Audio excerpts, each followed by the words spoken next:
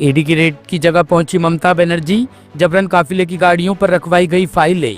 पश्चिम बंगाल की राजधानी कोलकाता में हाई वोल्टेज सियासी ड्रामा शुरू हो गया है। प्रवर्तन निदेशालय ने पॉलिटिकल कंसल्टेंसी फर्म आईपैक से जुड़े ठिकानों पर छापे मारे जो ममता बनर्जी की टीएमसी से जुड़े हैं। इसके बाद पश्चिम बंगाल की मुख्यमंत्री ममता बनर्जी ने तीखी प्रतिक्रिया दी और केंद्रीय एजेंसियों पर टीएमसी के डॉक्यूमेंट चुराने का आरोप लगाया। डॉक्यूमेंट चोरी के आरोप के बाद दफ्तर में मौजूद कुछ फाइलों को उठाकर ममता बनर्जी के काफिले की गाड़ी में रखा गया। ईडी ने सेंट्रल कोलकाता में आईपैक के एक सीनियर अधिकारी प्रतीक जैन के घर और सॉल्ट लेक के सेक्टर 5 में गोदरेज वाटर साइड बिल्डिंग में फर्म के ऑफिस में छापेमारी की। प्रतीक जैन को ममता बनर्जी की चुनाव रणनीति टीम का एक अहम सदस्य बताया जाता है। To collect all of our party hard disk, the candidate list, the party strategy, the party plan. Is it the duty of the ED and Amit Shah, the nasty home minister, the naughty home minister who cannot protect the country, and is taking away all my party documents? If I raid the BJP party office, what will be? What will be the result? They didn't have any guards. One side the SIR case, they are deleting all the names of the Bengal people. More than 2 crore people, 1.5 crore people are being called.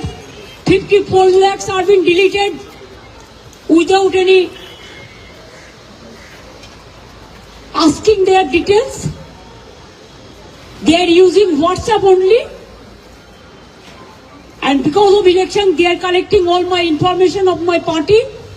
देखो मैंने सब लेके आया, because I rang up Pratik, because he is the in charge of my party. So my hard disk, see, phone, hard disk, all they are collecting, and they have already attacked my IT office also. In fact, sector 5 I am going there also. প্রথমত rate নিয়ে কোনো মন্তব্য করব না, ওটা ED বলতে পারবে কেন রেট করেছে, আমি আই এম নট অ্যাওয়ার। মুখ্যমন্ত্রী কেন্দ্রীয় সংস্থা, সাংবিধানিক সংস্থার কাজে এর আগেও হস্তক্ষেপ করেছেন। 2021 সালে তিনি নিজাম প্যালেসে ধর্ণা দিয়েছিলেন সিবিআই অফিসে। ফিরহাদ হাকিম, শোভন চট্টোপাধ্যায়, মদন মিত্র, সুব্রত মুখার্জিদের গ্রেপ্তারের বিরুদ্ধে। এবং মুখ্যমন্ত্রী এর আগে রাজীব কুমারের বাড়িতে যখন সারদা মামলা নিয়ে রেড হয় সিবিআইয়ের, সেদিনও তিনি সিপিকে নিয়ে ধর্ণা দিয়েছিলেন কলকাতাতে, ধর্মতলাতে। স্বাভাবিকভাবে মুখ্যমন্ত্রীর এই ধরনের কাজ সাংবিধানিক প্রতিষ্ঠানের সরাসরি কাজে হস্তক্ষেপ এবং তদন্তে বাধা দান। এটা একজন মুখ্যমন্ত্রী, তিনি শুধু রাজনৈতিক নেতা নেত্রী নন, প্রশাসনিক কর্তৃ। নিন্দা জানাই, এবং ইডি নিশ্চয়ই তার ক্ষমতা বলে তাদের মুখ্যমন্ত্রীর বিরুদ্ধেও ব্যবস্থা নেওয়া উচিত বলে আমার মনে হয়েছে। সেই ব্যবস্থা তারা আইনের মধ্যে থেকে নেবেন। কয়লা পাচার মামলাতে, পুরনো কয়লা পাচার মামলাতে এই রেড চলছে, আইপ্যাকের সঙ্গে কয়লা পাচারের কি সম্পর্ক? আইপ্যাক ভোটার লিস্ট থাকবে কেন? আইপ্যাকের কাছে আপনি তো ভোটার লিস্ট আছে বলছেন, বাজেয়াপ্ত করতে। আইপ্যাকের কাছে ভোটার লিস্ট থাকবে কেন? আমি তদন্তের ব্যাপারে বলবো না, আমার জানা নেই। আমি বলবো না, আমি ইনভেস্টিগেশন এবং ইডির পার্টে ঢুকবো না, সরি।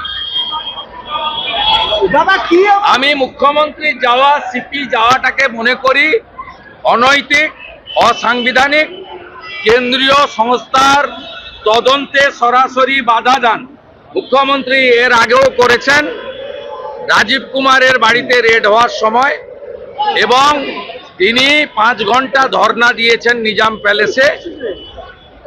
আপনার যখন ফিরহাদ হাকিম সহ বেশ কয়েকজনকে গ্রেপ্তার করেছে, এটা মুখ্যমন্ত্রীর অভ্যাসের মধ্যে পড়ে। কিন্তু কেন্দ্রীয় তদন্তকারী সংস্থা তার যে সাংবিধানিক অধিকার আছে সেই অনুযায়ী যদি এই তৃতীয়বারেও এই মুখ্যমন্ত্রী এবং সিপিএমের বিরুদ্ধে ব্যবস্থা না নেন, তাহলে কিন্তু পশ্চিম ब्यूरो रिपोर्ट टीम सृजन न्यूज।